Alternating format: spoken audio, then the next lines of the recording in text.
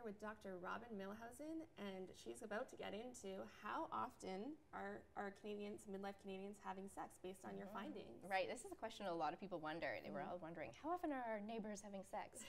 And the people in partnered relationships tended to be having, the majority of them having sex once a week on average. And interestingly, that really dovetails nicely with some research from a Toronto researcher, Amy Muse, an amazing, brilliant researcher, who wondered, do the benefits of sex level off?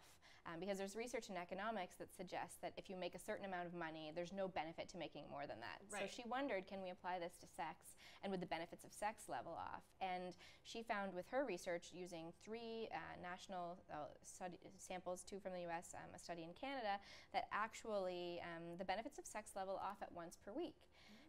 So if you have sex more often, that's a bonus, but if you can aim for once a week. That tends to be the sweet spot for maintaining connection. All right, you heard it here first. Sweet spot, once per week. But interestingly, other research suggests it doesn't work to just double the amount of sex you're having. So to just prescribe having sex is not effective if there are reasons why you're having sex less often. Often we have busy lives. Sometimes we're caring for young children or aging parents.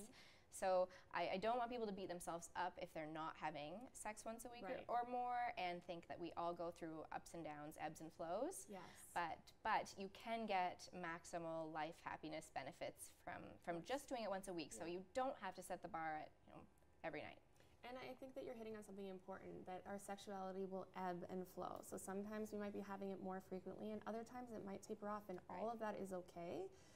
You can get yourselves into trouble if you're forcing it when you're just not there. Yeah, and I think it ties back to everything you were saying about communication. Because if you can communicate to your partner, I love you, I'm attracted to you, I'm just exhausted, and then they don't take it personally. It's when the sex stops happening, and then we start to wonder what's going on in our partner's mind, that then sort of insecurities can breed. But keeping the lines of communication open through the lulls can be helpful. Yeah, absolutely. Good point. So let's talk about the afterplay. Yeah, one of the other neat findings from this study, and actually was also inspired by Amy Muse's work, where she was studying post-sex affectionate behavior. It's well known that foreplay is important, that taking time to connect physically and emotionally before sex can enhance the sexual encounter. But Amy wondered about post-sex affectionate behavior and has done some work on that. So we added this question to our national survey, and we found that actually being kind, affectionate, warm, touchy for 6 minutes after sex greatly increased your odds of rating the sexual encounter as pleasurable. So it had a major impact. And I find this actually is really helpful as a therapist to give as homework, because you can do this on your own. You don't need your partner's buy-in per se. Like, one person can just try it at home. Try being a little snuggly after, or try giving some feedback about the things that were really awesome in the encounter. Nestle in and snuggle rather than rolling over. And Amy's research has shown this paid dividends in the relationship months down the road. So it's pretty neat. This is an untapped time for us to maximize connection. And from an evolutionary perspective and a hormonal perspective, you've got oxytocin coursing through your body after orgasm. You're primed to feel connected.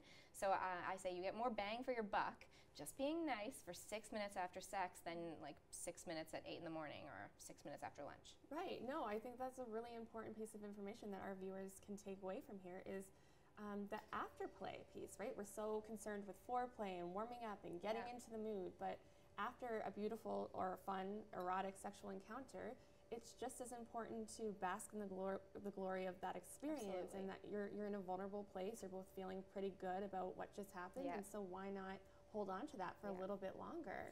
Yeah, and you're right, we are feeling really vulnerable. And so if we're feeling maybe not so good, it's a good chance to validate somebody. Like we may have just put ourselves out there, tried something new, and be feeling a little insecure. So it's especially important to be validating and warm afterwards. You probably, as a therapist, say don't do too much like constructive feedback in the bedroom, like related to sex, and talk about that as outside of the bedroom. But I do advocate for a bit of a post-game wrap-up where we say nice things after sex. I really liked this. When we did this, it was so cool. And that's likely to imprint and then be more likely to be repeated in a future time. Yeah, and invited into another encounter down the road, right? And it sinks in like, oh, they really like that. I want to make sure that I bring that up next time or be mindful of the opportunity next time. Or if something felt very good for you, I'm sure your partner or partners would love to hear about it. Absolutely. You give me goosebumps. Yeah. This is definitely, yeah. Well, thanks again for being here, Dr. Milhausen. Thank you. And you can follow her on Twitter. And we'll be right back for more.